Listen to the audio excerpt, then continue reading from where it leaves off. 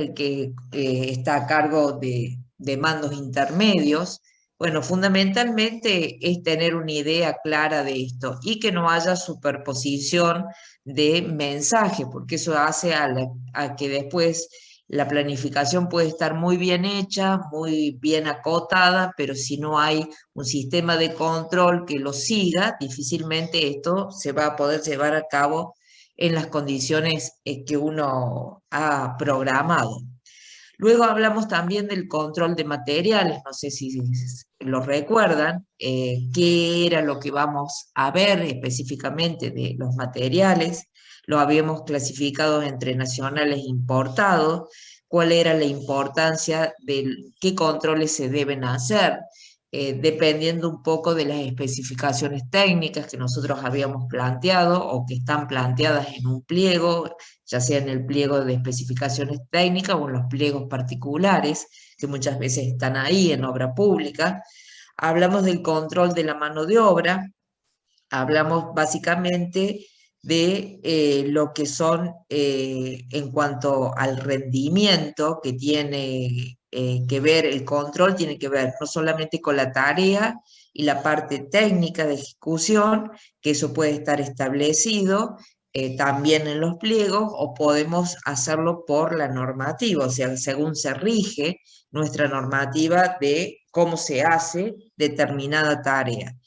Y el control de esa mano de obra, además de la técnica, lo que tenemos que controlar fundamentalmente es el rendimiento. El rendimiento de la mano de obra, voy a pasar un poquito rápido esto y después voy a volver con las planillas. El rendimiento de la mano de obra básicamente está dentro de un rango que nosotros decimos de productividad. Ese rango de productividad puede ser desde muy baja hasta excelente. ¿De qué dependerá? Depende de muchos factores. ¿Cuáles son esos factores? En primer lugar, la economía en general, o sea, cómo le estamos pagando al operario o al que está haciendo la tarea, si estamos pagando correctamente un salario acorde, en el caso que sea una contratación eh, a destajo, también es importante saber que estamos pagando un precio que sea competitivo en el mercado para que no los abandone en plena tarea y se vaya a hacerlo a otro lugar. Aspectos laborales, esto tiene que ver con el clima de trabajo, las condiciones de trabajo. Cuando digo clima de trabajo no es el clima que tiene que ver con el tiempo, sino muchas veces esto justamente que tiene que ver este doble impacto del control, o sea, si hay alguien que me dice o me indica correctamente cómo es la tarea, el lugar específico donde sí. ¿Alguien llamó? ¿Alguien habló? Bueno, les decía, si uno sabe específicamente cuál es la tarea, está bien indicada, está correctamente el material en las condiciones adecuadas, en tiempo y en forma, se genera un clima laboral acorde para realizar la tarea. Ahora, cuando estamos en un lugar donde hay superpoblación de operarios, donde nadie sabe dónde están las cosas, donde hay una desorganización en general, bueno, ese clima laboral obviamente que no va a estar en condiciones para realizar correctamente una tarea.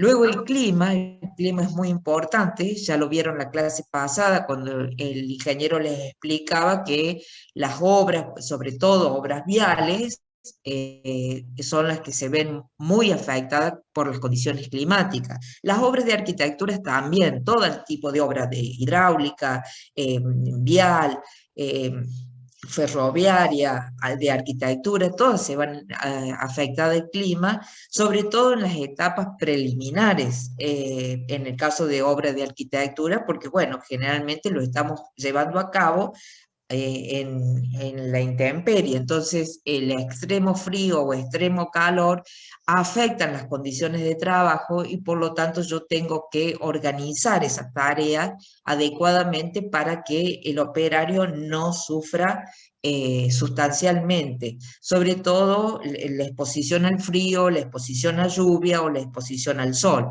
¿Esto cómo se realiza? Se realiza con una alta rotación durante la jornada. ¿Qué quiere decir esto? Por ejemplo, estamos haciendo excavación para hacer las zapatas, las fundaciones del edificio, y estamos con temperaturas extremas, más de 35 grados y con un alto porcentaje de humedad. Eso hace que si el operario lo está haciendo, la gente que está haciendo excavación, generalmente puede ser con maquinaria, pero si está excavando a mano, se canse y tenga un rendimiento menor. Entonces, ¿cómo optimizo esa tarea? Bueno, haciendo rotar los operarios de forma constante, o sea, una hora de trabajo, va a la sombra, viene otro, una hora de trabajo o 2 horas, de acuerdo a las necesidades y la cantidad de personal que tenemos, y esa rotación me permite que ese clima no lo afecte tanto. Lo lógico sería poderlo visualizar previo a eso en la etapa de la planificación, o sea que justamente esas tareas no me caigan en una fecha donde yo tenga extremo frío o extremo calor. Eso sería lo ideal, pero muchas veces no se puede porque las condiciones o las premisas de empezar la obra no han sido tenidas en cuenta, o se debe entregar una obra porque viene por un pliego, un contrato que tenemos y tenemos un plazo establecido. Entonces nosotros, bueno, lamentablemente no podemos hacer nada. Las actividades también son importantes. ¿Qué tipo de actividades? No es lo mismo una actividad que esté donde el operario esté a nivel, o sea, apoyado en el piso, en el suelo, y toda la tarea esté más o menos en la franja de 1 metro, 1,20 m de altura, o sea, a la altura de las manos, de los brazos, que si tiene que hacer una tarea agachado o tiene que hacer una tarea en altura, donde por más que tenga los arnés y todos los insumos de seguridad, siempre se tiene cierto temor de estar trabajando, sobre todo si estamos trabajando en grandes alturas, ¿no es cierto? Por otro lado, el equipamiento. Esto lo vamos a ver un poquito más cuando veamos en la parte de higiene y seguridad, pero ustedes saben que si estamos trabajando con herramientas que son poco confiables o están en malas condiciones, estas zapatillas que vemos siempre en obra, que nunca tienen enchufe y que tienen prolongaciones en estado bastante defectuoso, eso también hace que el operario no se sienta cómodo con las herramientas. Muchas veces el solo hecho de usar una pala o un martillo, pero el cabo no está bien firme, o se le ha puesto, se ha improvisado un cabo con otro tipo de palo que se encontró dentro de la obra. Bueno, eso hace que las herramientas no estén, o el equipo que esté utilizando, por ejemplo, una moladora que no tenga la carcasa, que me da cierta seguridad, de que no me corte, de que no tenga algún peligro. Bueno, todo eso hace que también el rendimiento sea mayor. Supervisión y control, como siempre, o sea, si tenemos a alguien que me está y que me está guiando en esa actividad y me está observando y a su vez me puede acompañar, volvemos al tema del clima o aspectos laborales que tienen que ser satisfactorios, no para que me esté retando, sino simplemente me esté ayudando a hacer esa tarea, o me va llevando para que yo lo haga correctamente, el rendimiento va a ser mucho mejor. Las condiciones en que está el trabajador también son importantes. ¿Cuáles serían esas condiciones o esos aspectos laborales? Bueno, ¿qué tipo de contrato tiene? Eso es importante, si está jornalizado, si está de estajo. Esto lo hemos hablado en los rendimientos cuando vimos aporte de materiales. Alguien que está jornalizado sabe que haga o no haga, sus 8 horas de salario las va a cobrar. una persona que está de destajo, o sea, es por metro cuadrado, metro lineal, metro cúbico, va a tratar de hacer la mayor cantidad de metros para certificar dentro de 15 días o dentro de 7 días o dentro de un mes la mayor cantidad de obra posible. Entonces eso también me condiciona la parte de lo que es el consumo y los rendimientos. El sindicalismo es importante, sobre todo en estas condiciones de trabajo que son bastante precarias en nuestro, digamos, en nuestra labor de la construcción. El estar sindicalizado significa que el operario, contrariamente a lo que uno puede pensar que no van a hacer nada, contrariamente a eso, el estar sindicalizado quiere decir que ya tiene un registro de cierta antigüedad dentro del oficio, lo que por algo ya se sindicalizó, ya tiene la libreta de trabajo, ya tiene un montón de condiciones que hace que generalmente tenga un mayor rendimiento, tenga cierta experiencia. Contrariamente, una persona que no está sindicalizada, que no está, le digo que hay una porción bajísima de lo que es la parte de sindicalización en nuestra labor de construcción.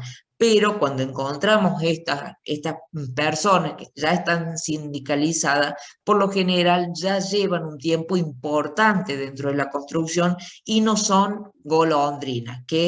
¿Qué quiero decir con golondrina? No vinieron a hacer tareas para sacar unos mangos porque se quedaron sin trabajo y después piensan hacer otra cosa. Generalmente ya tienen un compromiso con esa profesión y la están llevando de forma satisfactoria. Entonces, generalmente suelen tener mejor rendimiento. Por supuesto que están los incentivos.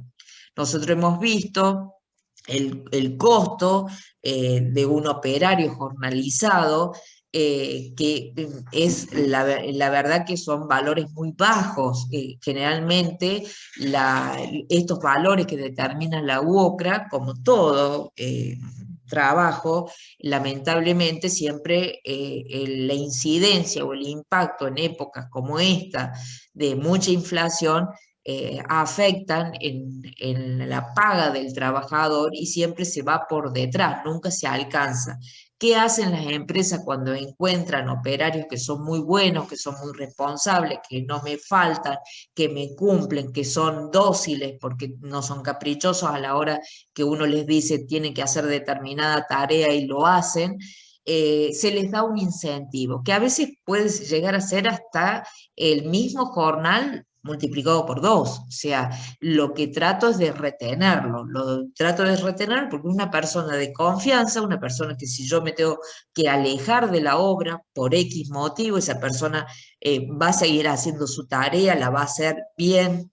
Si tiene alguna duda con respecto a lo que tiene que hacer, va a consultar, me va a consultar, se va a comunicar. O sea, son personas que cuando encontramos ese tipo de personas dentro de la construcción, también el incentivo es importante. Bueno, en cuanto a los salarios de pagos laborales y a destajo, obviamente que está la incidencia de la oferta y la demanda. Entonces, por ahí nosotros no se trata solamente, que esto lo hemos hablado cuando hemos realizado los estudios de costos, no solamente se trata de tomar a aquellos contratar a la gente que cobra menos, sino por ahí el que los dé una cierta seguridad en cuanto a las tareas que va a realizar y que las va a realizar correctamente, o porque son más idóneos. O sea, por ahí me sale, ustedes han visto, ya han hecho una comparativa de trabajos y muchas veces han visto que a destajo es mucho más alto, pero obviamente hay tareas que yo no las puedo hacer con personal propio, esto lo hemos hablado. Ambiente de trabajo es lo que yo les decía recién, crear un clima que sea favorable, eh, la seguridad social es que justamente todos esos incentivos que nosotros tenemos que pagar y que estén al día y que seamos responsables con eso. Y la seguridad industrial tiene que ver con todo el mecanismo que yo pongo en funcionamiento para que las tareas se puedan hacer correctamente. O sea, trabajarlo desde una operativa como de producción, como pasa en las industrias, dando, o sea, asegurándome que el mantenimiento es constante, que el material va a estar puesto en tiempo y forma para hacer la tarea, que el operario no tenga que esperar. Bueno, son todas esas las condiciones que los llevan a esto, a determinar un rendimiento que podrá ser mayor o menor. Si ustedes se fijan, son muchas las condiciones, por lo tanto, son muchos los aspectos que me pueden incidir en ese rendimiento. Además, piensen que el rendimiento no es igual todos los días, ni siquiera en la gente que está en producción en fábrica. Esto se debe a infinitas razones. Lo que pasa es que dentro de la fábrica o dentro de la producción formal, no es que estemos en producción informal, pero sino que todavía nos falta mucho para ser una industria de la construcción, hay un sistema, un método que se llama teoría y método y que se calcula los tiempos y el rendimiento que tiene un operario frente a una máquina en particular. Lamentablemente nosotros es muy raro que podamos hacer este estudio de métodos y tiempo con los operarios de la industria de la construcción. No es porque no se pueda hacer, porque sino que las condiciones son muy variables y las obras son muy variables y por ahí los encontramos con situaciones muy particulares. Por lo tanto, no siempre se dan las mismas condiciones como en una fábrica donde la máquina siempre es la misma, el operario tiene su mismo puesto de trabajo, o sea, no sé si se alcanza a entender eso, pero es completamente distinto. Entonces, nosotros lamentablemente todavía en nuestra industria en particular, en otros países se está mejorando, sobre todo porque se usa muchísimo más la prefabricación, se hace más elaboración de gran parte de la obra fuera del lugar de emplazamiento en la fábrica y solo queda la parte del montaje que también está bastante sistematizado. Por lo tanto, ellos pueden tener un estudio de método y tiempo en cuanto a cada una de las operaciones, pero en la forma que estamos trabajando hasta el día de hoy en la construcción, difícilmente podamos tener este estudio un poco más avanzado. De todas maneras, hay estudios hechos y realizados de larga data. Bien, volvamos un poco a las planillas. Disculpen que pase así, pero era un poquito el repaso de esa clase que se dio ya al último y los agarré un poco cansados. Bueno, vamos con la parte de las planillas. Todo este sistema de control fundamentalmente tiene que ver con un buen registro. Por eso la figura del el sobreestante que ha ido desapareciendo y por ahí la hace el mismo capataz de obra o el mismo director técnico, y por ahí se confunden un poco las funciones dentro de la obra. Eso lo único que hace es generar más caos y más descontrol de obra, porque es difícil llevar todo al mismo tiempo. El sobreestante tiene la particularidad que me puede llenar todas estas planillas en obra, abocarse a estas tareas, abocarse a las tareas de remito, a la entrada y salida de los camiones, ya sea con materiales que ingresan a la obra o material que se extrae de la obra, como tierra, escombros y demás. Entonces, todo ese control es bueno en la medida que los den los costos, tenerlo analizado y tener una persona que se dedique a eso. No es un gasto más, a veces es una muy buena ayuda, dependerá del tipo de obra, obviamente. Si estamos haciendo la ampliación de una cochera, obviamente que no podemos darnos ese lujo, pero si estamos en una obra como la que han tomado ustedes, yo creo que ya se justifica tener un estante y que el capataz de obra haga la función para la que está, que es justamente llevar el control de todo lo que es la ejecución de obra. Y el sobrestante ocuparse de estas cosas que no son menores y que muchas veces si las cargamos en una sola persona se dificulta. Por ejemplo, tienen planillas como esta, donde tienen la obra, los suministros. En este caso se hace de manera, se va indicando en qué mes estamos, si estamos en el primero, segundo, tercer mes, en qué semana, si es la primera, la segunda, la tercera o la cuarta, y vamos cargando los distintos elementos. Generalmente se puede hacer para los materiales más comunes o con mayor ingreso dentro de la obra, pero en realidad se puede hacer para todo tipo de material. Generalmente los más comunes son el cemento, la arena, la cal, los áridos, que puede ser no solamente granza, con las distintas especificaciones, o sea, 1,3, 1,5, distintas granulometrías, sino que también puede ser para la arena fina, la arena gruesa, el acero. Esto es importante también tenerlo, acá está en toneladas, pero lo importante es tenerlo como lo hemos visto y lo hemos sacado en la unidad comercial, que es en barras, al igual que el cemento, salvo que estemos trabajando con tolvas y que estemos trabajando a granel. Pero generalmente para este tipo de obras de arquitectura lo ideal es tenerlo en la unidad comercial. Esta es una planilla que saqué del Vázquez Cabanilla. Ustedes ahí tienen toda la información de todo tipo de planillas, simplemente es para nosotros tener una idea de algunas, las más usadas. Bueno, ¿qué se va poniendo en estas planillas? Se va poniendo lo que se pone, lo que se ha solicitado, lo que se tenía previsto para la semana, para el mes, y lo que realmente me han suministrado. Y fíjense en qué importante que es esto, porque muchas veces yo pido, tráeme un camión de arena, o sea, 6 metros cúbicos, tráeme un camión de granza, y yo voy pidiendo a la oficina central o al jefe de compra, pero el suministrado, si eran 2 camiones, me trajo uno. Entonces siempre tengo que estar esperando, o siempre me está faltando cemento, o me está faltando arena, o me está faltando cal, o me está, bueno. Entonces esas cuestiones también es para decir, y en lo posible, bueno, lo solicité cuando, el día 16 de septiembre o el 17, me lo trajeron el 20, o sea, cuánto pasó, cuántos días. Entonces eso también me va dando una idea.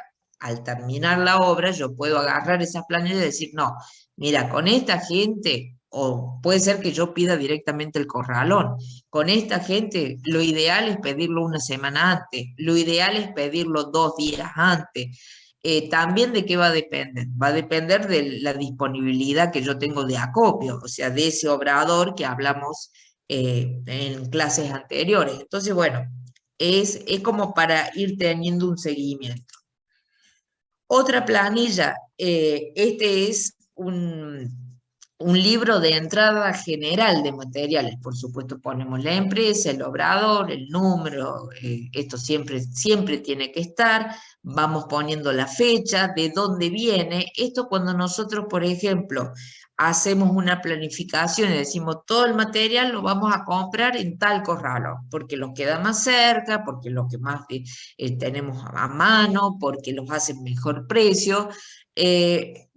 Bueno, vamos poniendo a medida que ingresa, vino del corralón Juan Pérez, pongo Juan Pérez, el comprobante, el número que tiene ese comprobante, cuántas unidades, cantidades, alguna otra descripción, y después voy viendo.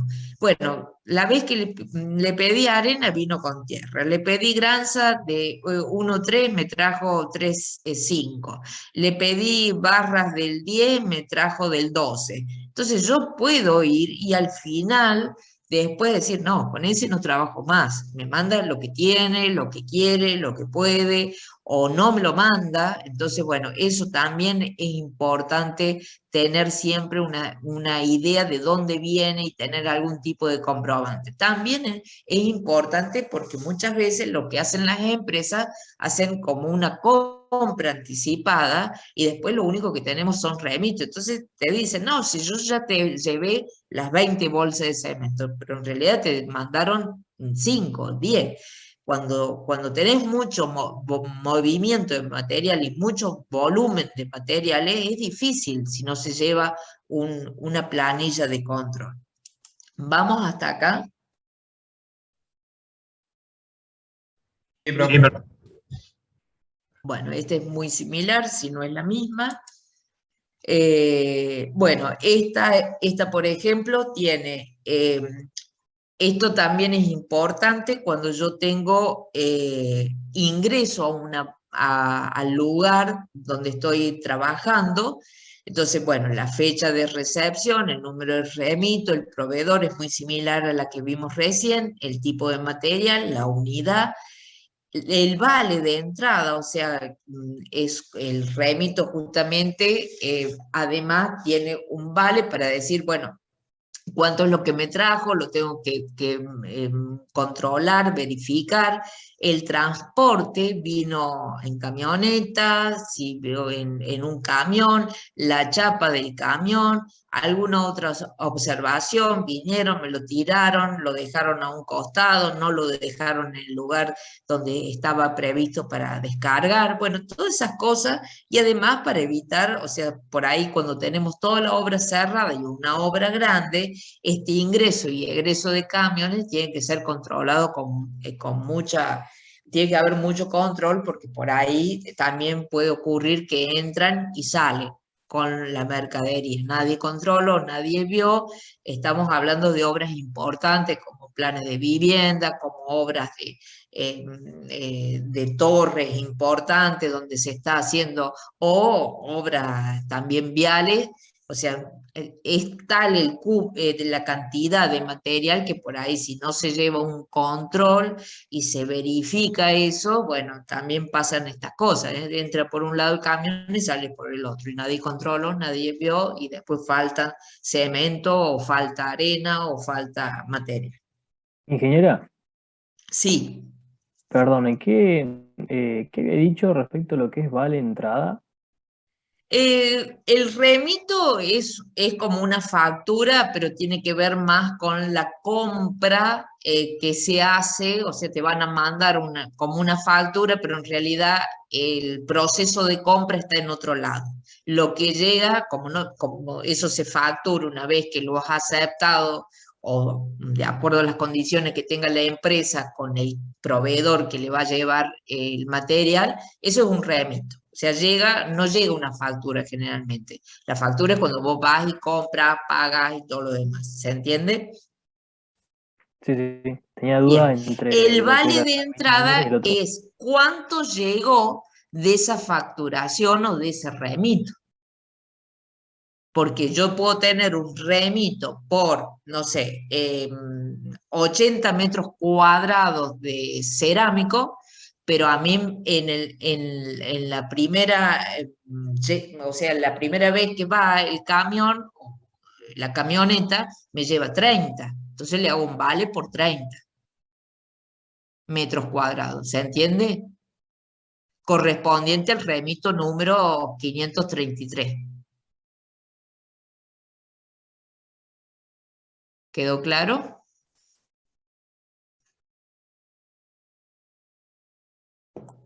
Sí, profe.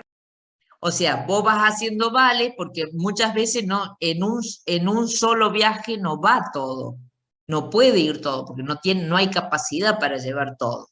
O el que te vendió no tiene la capacidad en cuanto a movilidad para llevarte todo. Entonces se van haciendo vale, no van haciendo, corresponden a cuál, a ese remito. Pero en cuántas veces te lo llevaron, en 3 veces, entonces tenés 3 vales, la sumatoria de los 3 vales tiene que hacer el total del remito.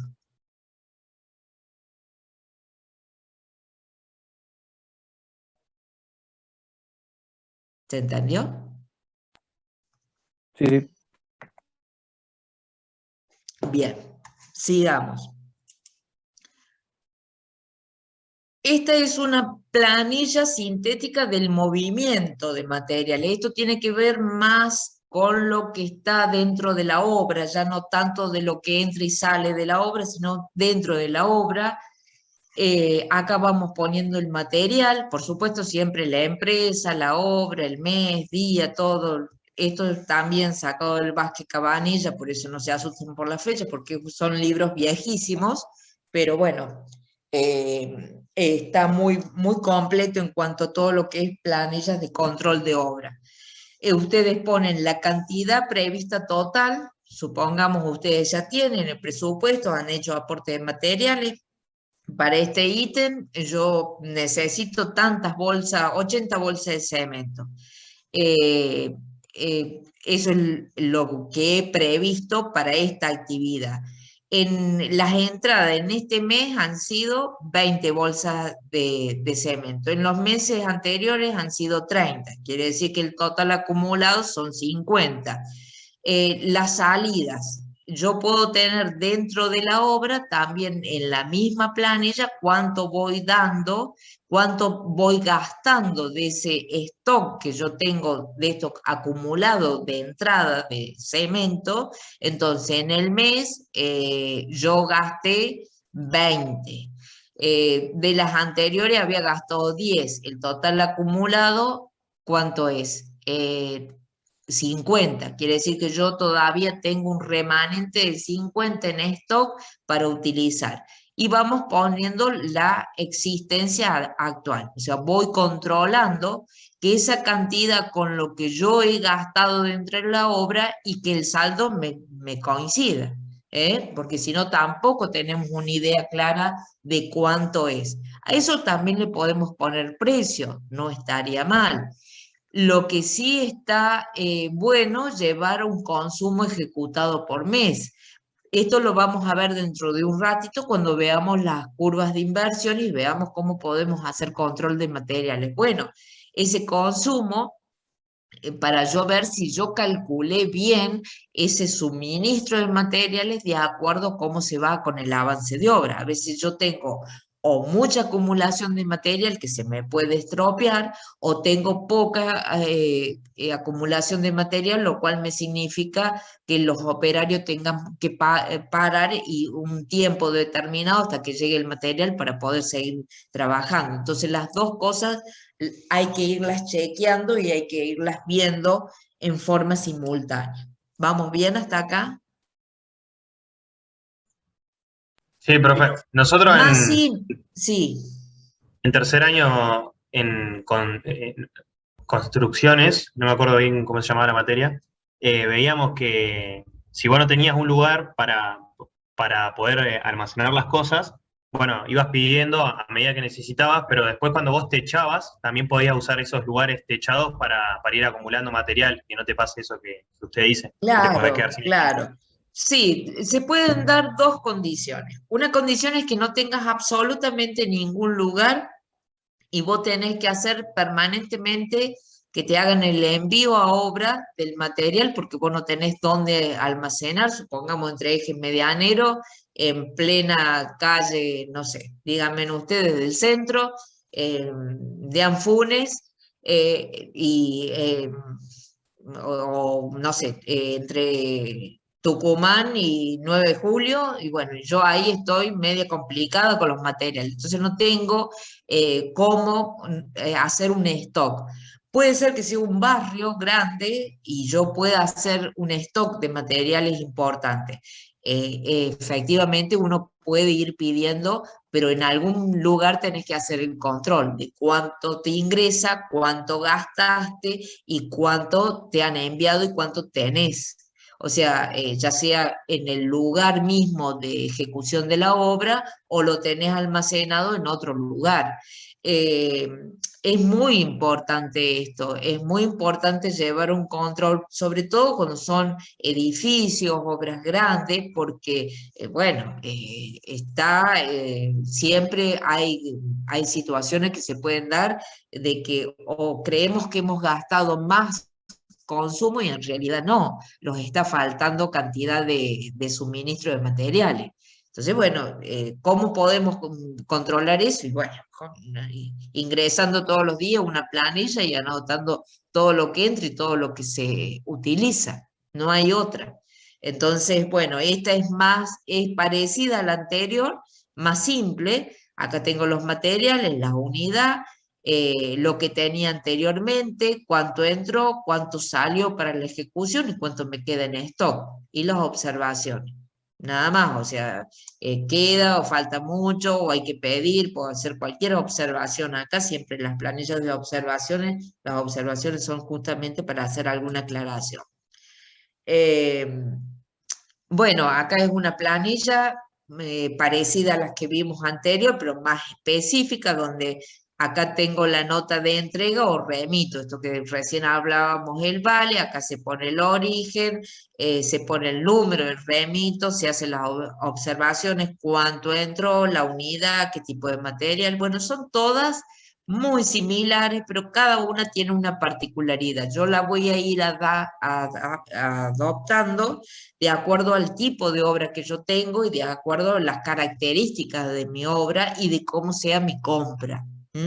Esto es muy importante. Una cuestión también que es muy importante, hay que tenerlo en cuenta, cuando nosotros hablábamos recién de la organización, decíamos que la comunicación o los directivos o las áreas se tienen que comunicar en vertical y en horizontal. Muchas veces hay o sea, el jefe de compra es generalmente una persona de muchos recursos y muy asociada a la parte directiva. Entonces, porque hay mucha responsabilidad y hay mucho movimiento de dinero y, bueno, está ahí en la compra y por ahí uno hace el pedido desde obra, pide determinado material, te mandan cualquier cosa. ¿Por qué? Porque consiguió un descuento, porque consiguió que le mandaran una cosa que la tienen en stock y no hay quien encajársela y te la mandan a tu obra. Bueno, entonces siempre uno tiene que tener muy en claro quién es el cargado de compra. En el caso de empresas grandes estamos hablando, si yo soy el que hago todo, compro y ejecuto y atiendo a la gente, obviamente que eso no lo tengo que hacer, pero si yo tengo un jefe de compra, tratar que sea fluido la comunicación y que llegue. Es decir, no, yo te pedí esto, mándame esto.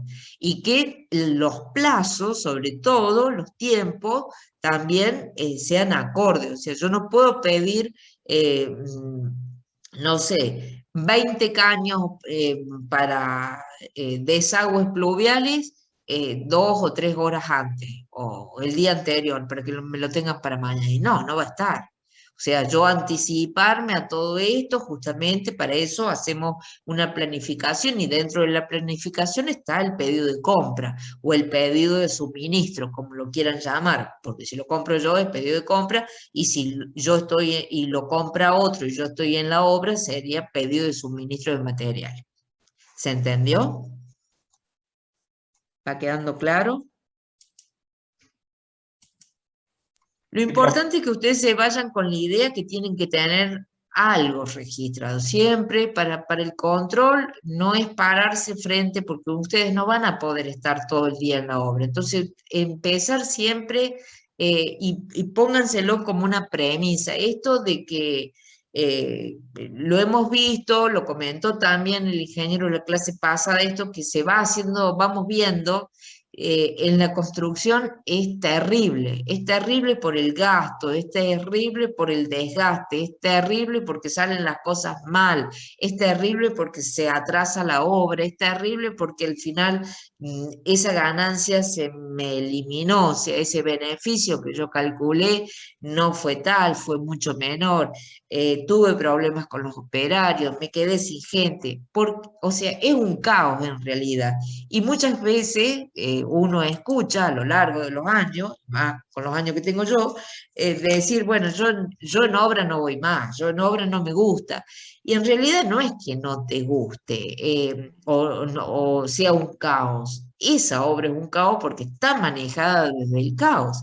Ahora, si vos desde un principio, desde el día uno, tenés al menos una idea y empezás a hacer este tipo de cosas. Es más, ahora hay programitas, que yo no me acuerdo en este momento cómo se llaman, pero donde uno va haciendo las carpetitas de cada obra y el arquitecto te va mandando desde los materiales que necesita, vos podés adjuntar un plano, podés adjuntar un cómputo métrico, una planilla Excel, o sea, para cada obra podés dejar las tareas para que le digan a los operarios al otro día. O sea, ahora tenemos 10.000 herramientas, pero siempre son las mismas.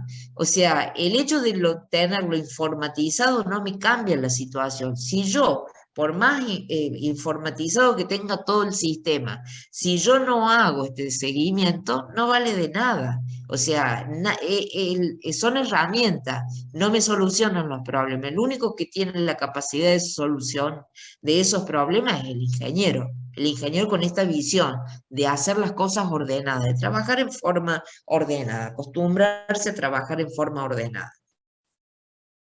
Bueno, acá tenemos otro también para el stock con entrada, parcial, el acumulado, la cantidad de salida, parcial, acumulado, el stock, el comprobante, la procedencia de destino, son todas muy similares, pero todas tienen funciones diferentes.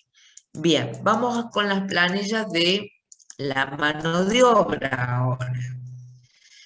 Básicamente, ¿qué voy a controlar yo? En primer lugar, la asistencia. ¿Quién viene y quién no viene? Eso es importante. Entonces yo lo puedo hacer el control de las horas normales, si se trabajan todas las horas, el control de días, si hubo horas extras, por ejemplo, y siempre seguir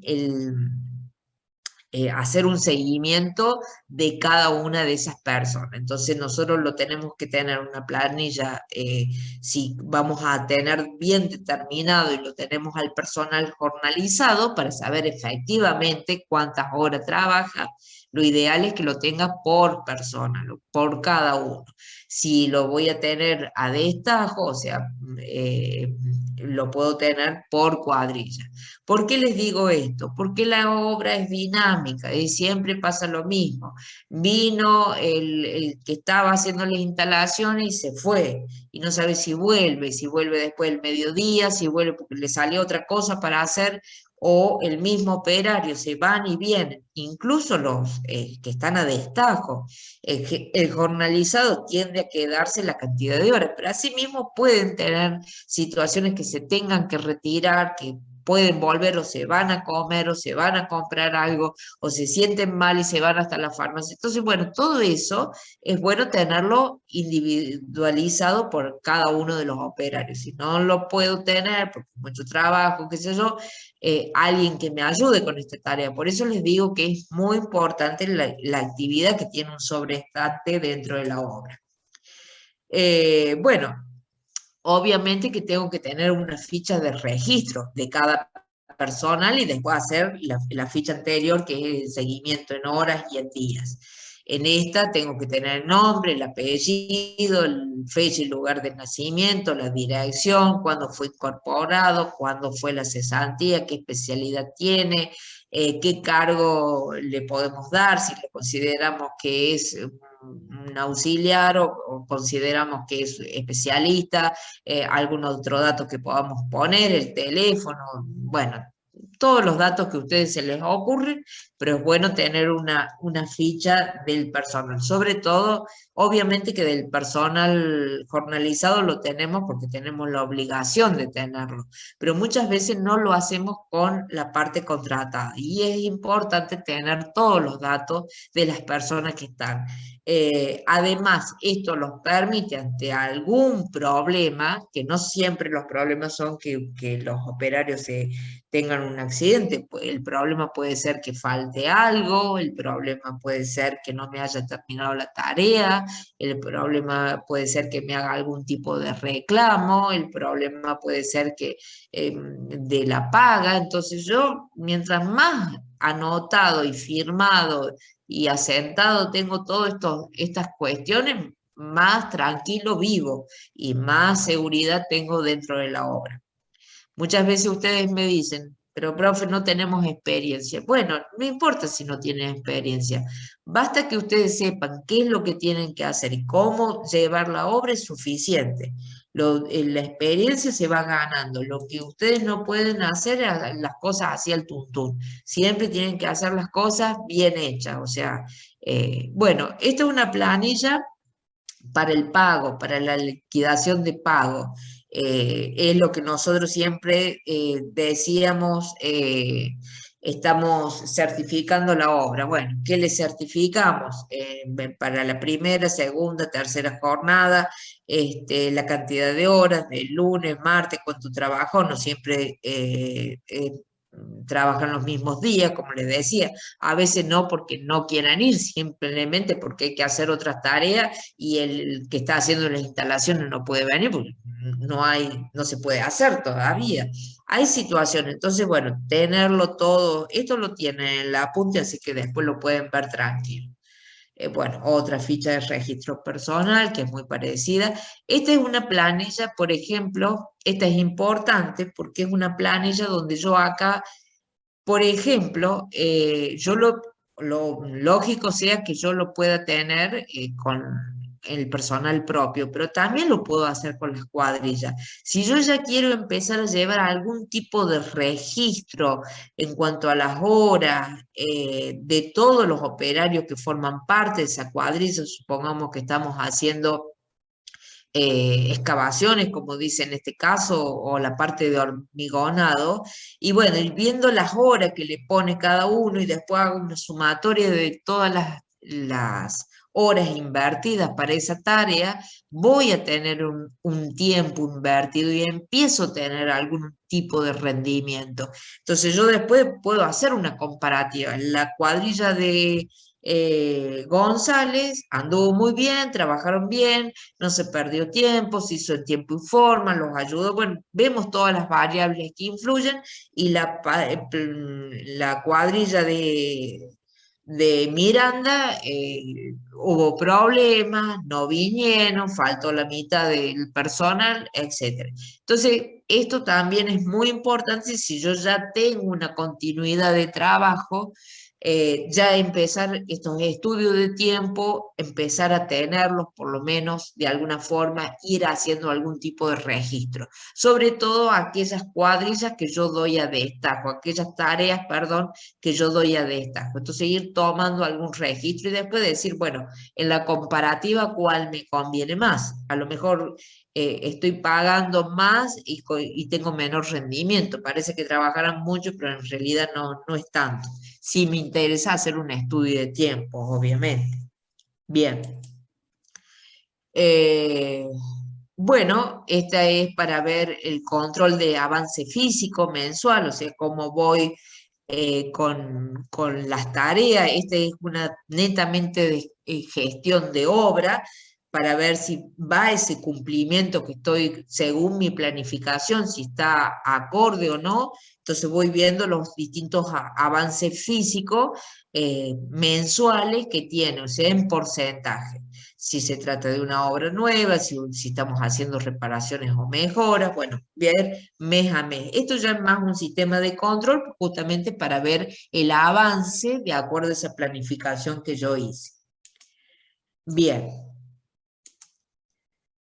Vamos ahora, hasta acá más o menos se entendió el tema de control. Lo vamos a ver un poquito mejor cuando veamos la parte de planificación. Pero siempre que hablamos del control es el registro. Siempre que yo estoy hablando de control, estoy hablando de cómo registro lo que hago, porque no hay forma de controlar de pico. O sea, cuando ustedes lo controlan de palabra, no hay control. O sea, olvídense, no hay un registro.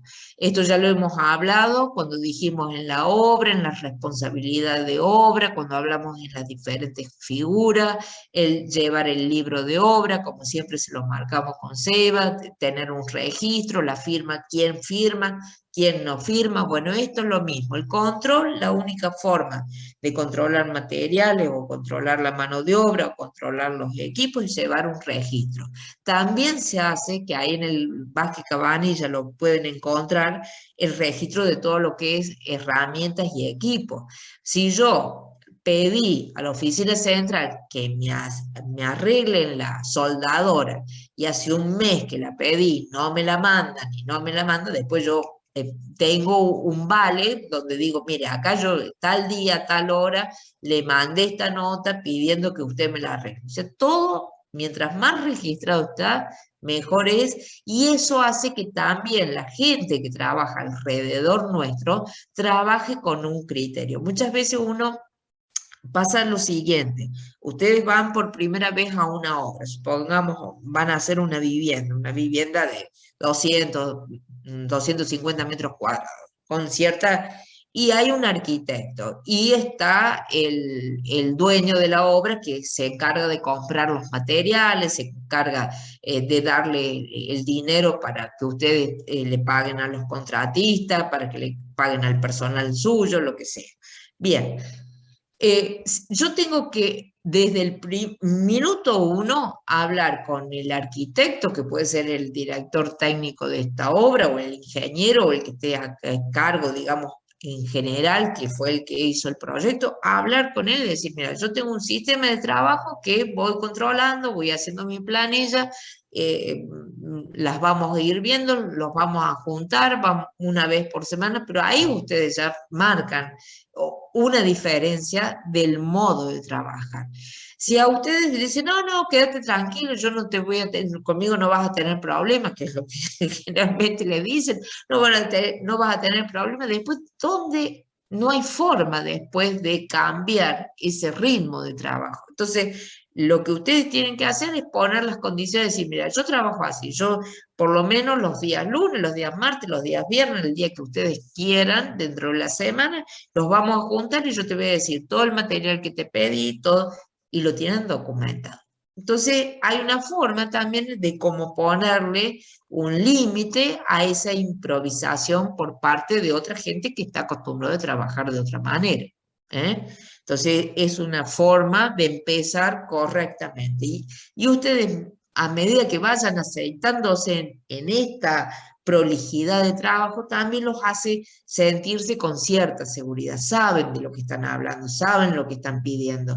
Entonces, no les meten tanto el perro de una. ¿Se entiende? Bien. Sí, profe. Vamos con el estudio económico financiero, que son las curvas de inversión. ¿Qué son las curvas de inversión? Nosotros, todos los recursos para que esta empresa funcione a largo plazo, yo tengo que ir haciendo un seguimiento de todas esas inversiones. Esas inversiones son todos los costos, los recursos, todo lo que voy a necesitar en el corto plazo para ir afrontando esos gastos que tengo a diario. ¿Cómo hago un seguimiento? A través de una curva de inversión.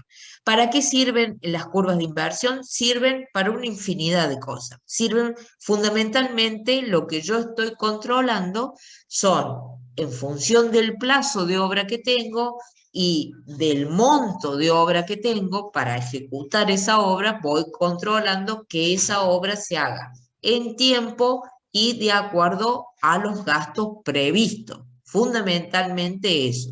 Pero también las curvas de inversión se pueden utilizar para controlar la mano de obra, para controlar si la mano de obra va acorde con los plazos, para controlar si los materiales están acordes con el desarrollo de la obra. Se pueden utilizar para otras cuestiones, pero básicamente es un control en relación a los costos y a los plazos, para ver si esos gastos que yo estoy teniendo o esos recursos que yo estoy invirtiendo van acorde a esa programación que yo hice, que es lo que vamos a pasar a ver ahora, dentro de un ratito, la parte de planificación.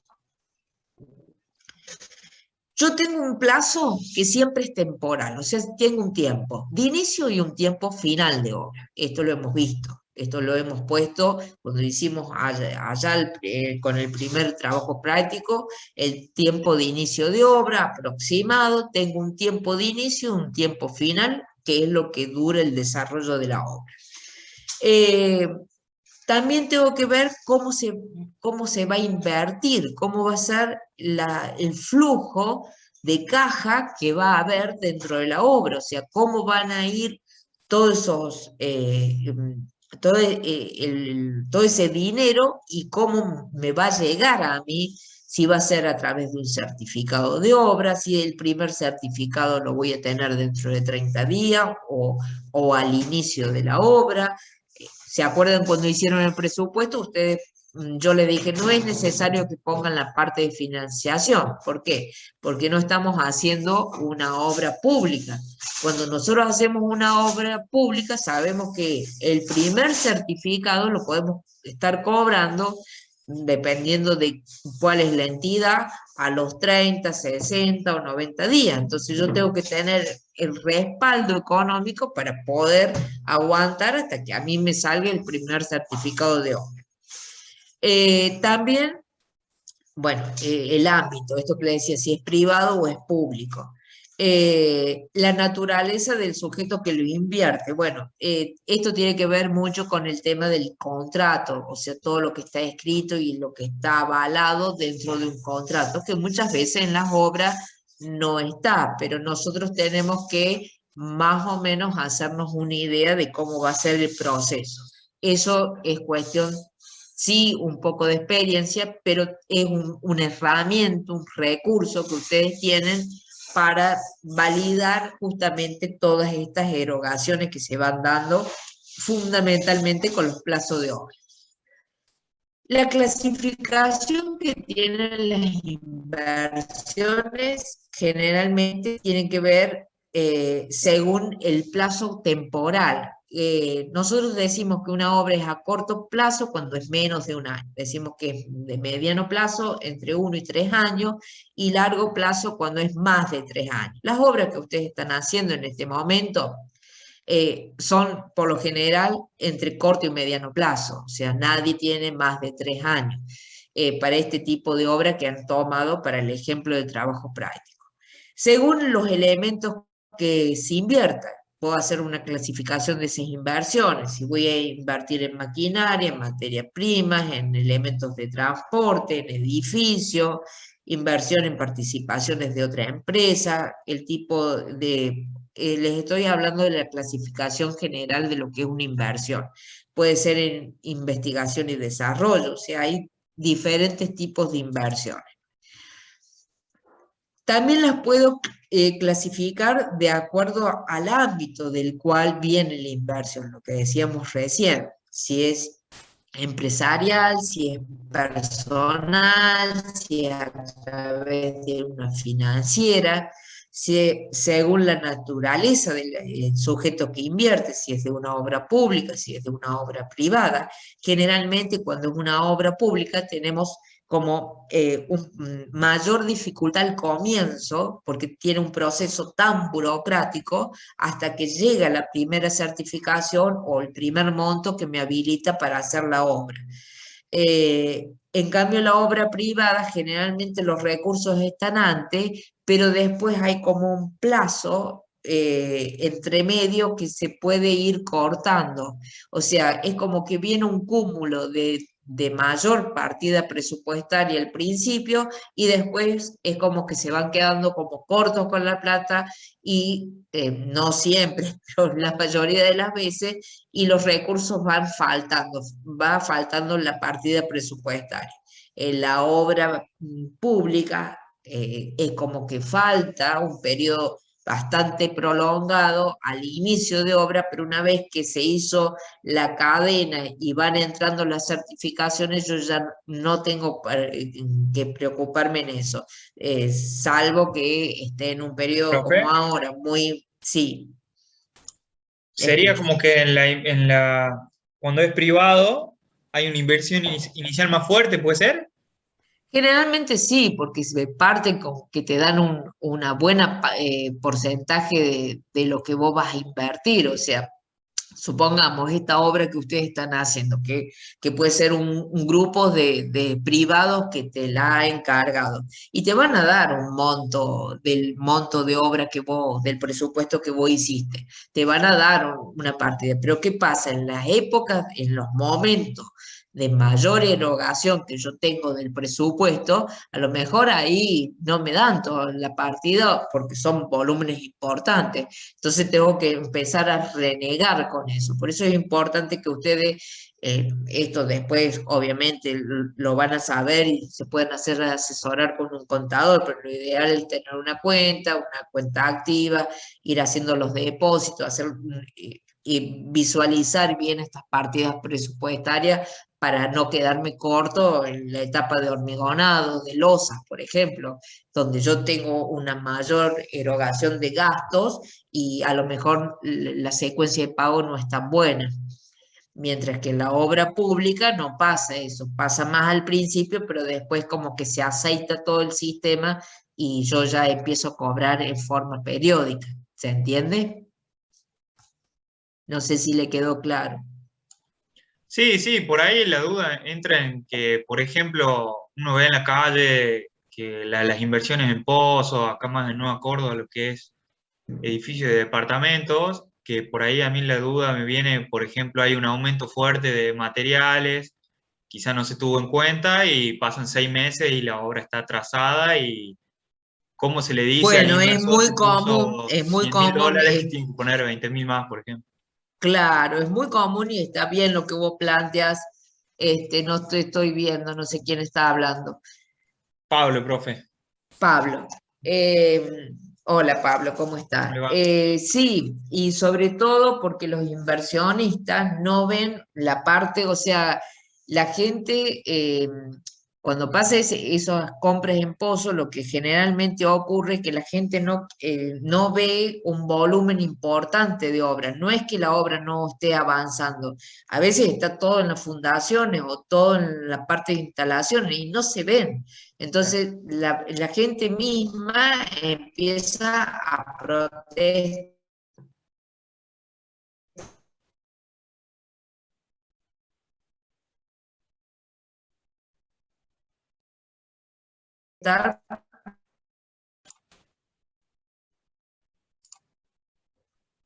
Profe, se le ¿Se tilda. cortó, profe, puede ser?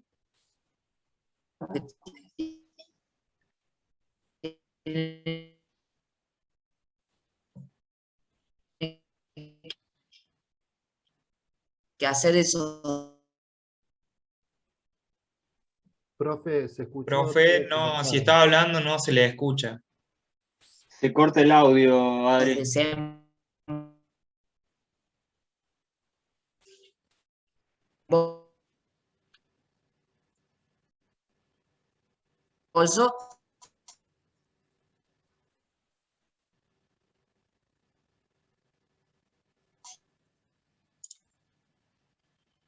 que son